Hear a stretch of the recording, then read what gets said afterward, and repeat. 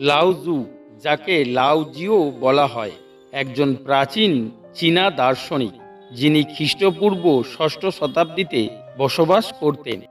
কিংবদন্তি অনুসারে লাওজু রাজকীয় আদালতে সংরক্ষণাগারের রক্ষক ছিলেন, যেখানে তিনি সংরক্ষণাগারের বইগুলি অধ্যয়ন করেছিলেন এবং প্রচুর জ্ঞান অর্জন করেছিলেন।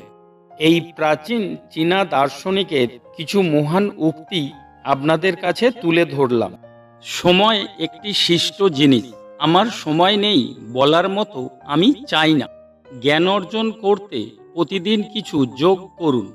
জ্ঞান অর্জনের জন্য প্রতিদিন জিনিসগুলি সরিয়ে ফেলুন। প্রেম হলো সমস্ত আবেগের মধ্যে সবচেয়ে শক্তিশালী, কারণ এটি একই সাথে মাথা, হৃদয় এবং ইন্দ্রিয়কে আক্রমণ করে। জল সবচেয়ে নরম জিনিস, তবুও এটি পাহাড় এবং পৃথিবীতে প্রবেশ করতে পারে।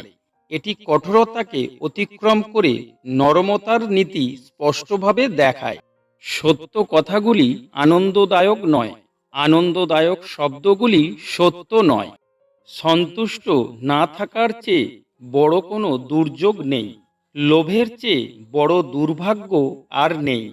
জ্ঞানী ব্যক্তি প্রতিযোগিতা করে না, তাই কেউ তার সাথে প্রতিদ্বন্দ্বিতা করতে পারে না।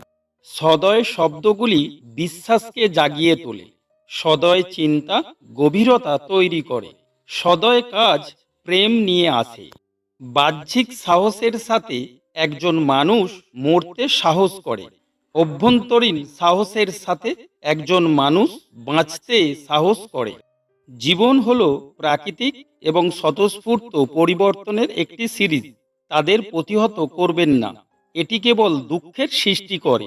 বাস্তবতাকে বাস্তব হতে দিন।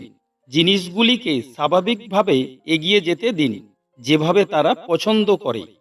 স্বাস্থ্য, সুখ এবং সাফল্যের আসল চাবিকাঠি হল আত্মজ্ঞান। যে দেশে যত বেশি আইন লেখা হবে, সেখানে তত বেশি অপরাধী তৈরি হবে।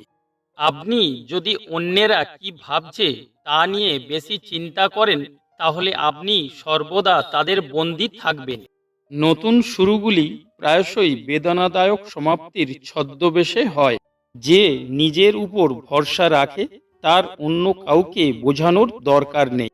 আপনি আপনার স্বপ্নগুলি কি দিয়ে সমৃদ্ধ করছেন সে সম্পর্কে সতর্ক থাকুন। যদি তাদের উদ্বেগ এবং ভয় দিয়ে বড় করেন, তাহলে আপনি আগাছা তৈরি করবেন যা আপনার স্বপ্ন থেকে জীবনকে দম বন্ধ করে দেবে। আপনার দৃষ্টিশক্তির প্রাকৃতিক স্বচ্ছতা পুনরুদ্ধার করতে আপনার মধ্যে থাকা আলো ব্যবহার করুন। আপনার কাজকে একটি রহস্য হিসাবে থাকতে দিন। মানুষকে শুধু তার ফলাফল দেখান।